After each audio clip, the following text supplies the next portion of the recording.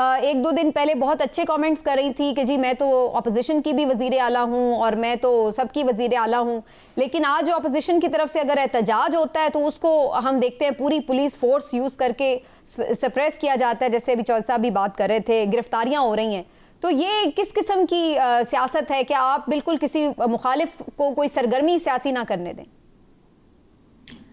سمیرہ، جیسے یہ ابھی کہہ رہے تھے چودھری صاحب، وہ مسئلہ یہی رہے گا، یا جو عمران صاحب بھی کہہ رہے تھے کہ اگریسو سیاست کرے گی پی ایم ایل این،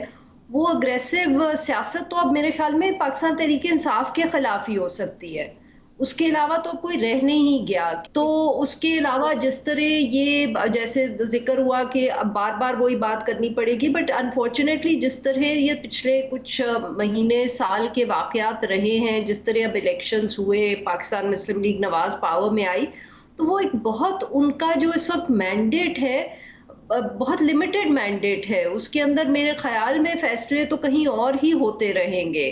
تو یہ سمجھنا یا یہ کہنا کہ یہ آج جو ہم نے واقعات دیکھے یہ مریم نواز صاحبہ کے کہنے پر ہوا ہے، ہو سکتا ہے کہ ان سے کسی نے پوچھا ہی نہ ہو اس معاملے پر، اور اسی لیے غالباً خاموشی ہی ہے.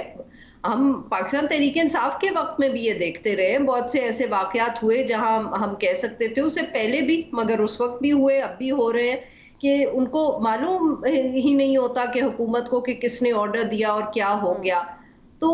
یہ میرے خیال میں ایسے واقعات ہوتے رہیں گے. بدقسمتی پاکستان مسلم لیگ نواز آپ کی ویسے بات درست تو ہے عارفہ کہ ایسے پی ٹی آئی کے دور میں واقعات ہوئے، جیسے کچھ صحافی اگر لاپتہ ہوئے، یا کسی ایک صحافی جو آج کل بھی بیچارے اسد طور صاحب وہ جو ہیں پکڑے ہوئے ہیں ایف آئی اے نے، ان کو جو ایک آ کے ان پہ اٹیک کیا گیا وہ واقعہ تھا، یا اس طرح کی چیزیں، تو اس کے بارے میں اکثر پی ٹی آئی کی جو لوگ تھے وہ لا علم نظر آتے تھے ہمیں. لیکن یہ بھی اپنی جگہ بات آن ریکارڈ ہے کہ ان کے دور میں مولانا فضل الرحمان صاحب اگلے ہی سال ایک بڑا دھرنا لے کر آ گئے اور کافی دن بیٹھے رہے، کوئی کسی پولیس نے تشدد نہیں کیا. پھر پی ڈی ایم نے جو پوری موومنٹ چلائی، لانگ مارچ بھی کیے، پروٹیسٹ بھی کیے، کورونا چل رہا تھا پھر بھی جلسے وغیرہ وہ کرتے رہے، لیکن کوئی ایسی ہم نے تو نہیں حرکت دیکھی کہ کسی نے ان کا پروٹیسٹ نہ ہونے دیا ہو. لیکن یہ تو ہم تھرو آؤٹ دیکھ رہے ہیں، پی ڈی ایم کا پہلا دور، پھر نگران دور، اور پھر اب دوبارہ سے پی ڈی ایم کا دور. لیکن یہ ہمیں نظر ایک کنٹینیوسلی چیز آ رہی ہے کہ پروٹیسٹ وغیرہ اس طرح سے نہیں کرنے دیا جا رہا، بالکل بھی کوئی سیاسی ایکٹیویٹی. جی دیکھیں نا، وہ اس لیے چاہے آپ پاکستان تحریک انصاف کے وقت کی بات کر لیں یا آپ بات کر لیں، اصل میں مسئلہ یہ ہے کہ جب بھی کوئی احتجاج پاکستان میں ہوتا ہے تو بھی ہمیں معلوم ہوتا ہے کہ وہ کس وجہ سے ہو رہا ہے یا اس کے پیچھے کس نے اس کو انکریج کیا ہے. مولانا فضل الرحمان صاحب کا دھرنا لے لیں، پاکستان تحریک انصاف کا 2014 کا دھرنا لے لیں، پی ڈی ایم کی آپ احتجاج یا پروٹیسٹ ریلیز دیکھ لیں، یا اس کے بعد جب وہ مہنگائی مارچ لے کے بلاول بھٹو زرداری صاحب آئے تھے جو پھر وی او این سی ہوا تھا، وہ سب جو سیاست ہو رہی ہوتی ہے ایک بیہائنڈ دا سینز، یہ سب اس کی کڑیاں ہیں. تو اب تو حکومت مسئلہ یہ ہے کہ اب حکومت بیچاری اتنی کمزور بنی ہے، خاموشی سے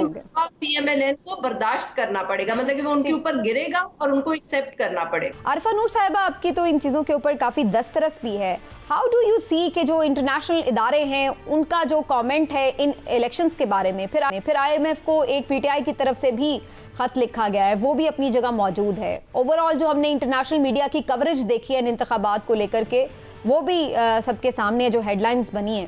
تو آپ کو کیا نظر آ رہا ہے کہ جو انٹرنیشنلی ایک کوئی پریشر ہے اس حکومت کے اوپر آنے سے پہلے کہ کس طرح سے ان کو ویلکم کیا جائے گا یا نہیں؟ اور سینیٹرز نے جو لکھا ہے بائیڈن انتظامیہ کو کہ ان کو نہ ریکگنائز کریں جب تک کہ اس کا آڈٹ نہ ہو جائے الیکشنز کا. جی سمیرہ، دیکھیں پاکستان میں نا ہمارا جس کو انگریزی میں کہتے ہیں پولیٹیکل لیجیٹیمیسی، اس کا ہمیشہ بہت مسئلہ رہتا ہے. ہماری ریاست جو ہے، جو بھی پاور میں آتا ہے، ایک سویلین پرائم منسٹر ہو، ان کا ہمیشہ جو سب سے بڑا مسئلہ ہوتا ہے نا، وہ یہ ہوتا ہے کہ تنقید ہو رہی ہے، لوگ سوال اٹھا رہے ہیں آپ کی پوزیشن پہ، اور آپ کو سمجھ نہیں آتا کہ جو مشکل فیصلے کرنے ہیں وہ کیسے کرنے ہیں. ہر وقت کوشش ہر کسی کی ہوتی ہے ٹو سروائیو. اس وقت بھی یہی ہوگا. الیکشن کا رزلٹ جو آیا ہے جس کے اوپر تنقید ہو رہی ہے، سوالات اٹھ رہے ہیں، چاہے وہ بین الاقوامی دنیا کی طرف سے ہو یا پاکستان میں سے ہو، شاید الیکشن پہ کوئی فرق تو نہ پڑے، حکومت مگر کمزور بنے گی. اس کمزور حکومت کے اوپر ہر وقت یہ سوال اٹھیں گے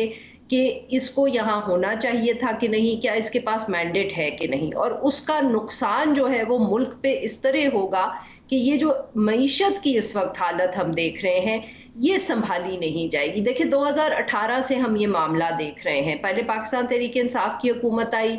وہاں بھی یہ مسئلہ تھا کہ معیشت کے لیے بہت مشکل فیصلے کرنے تھے, مگر جو حکومت تھی اس کے سامنے ایک مضبوط اپوزیشن تھی, اور سوال یہ اٹھایا جا رہا تھا کہ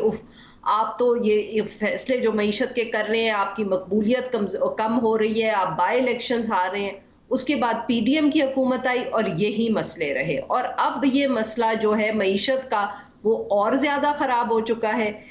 فیصلے جو ہیں وہ مشکل سے مشکل ترین ہوتے چلے جا رہے ہیں, اور حکومت کے اوپر یہی کرائسس ہوگا کہ وہ یہی سوچتے رہ جائیں گے کہ یا معیشت کو بچانے کی کوشش کریں گے تو جو مقبولیت تھوڑی بہت ہے وہ اور کمزور پڑے گی, پاکستان تحریک انصاف زیادہ مضبوط ہوگی.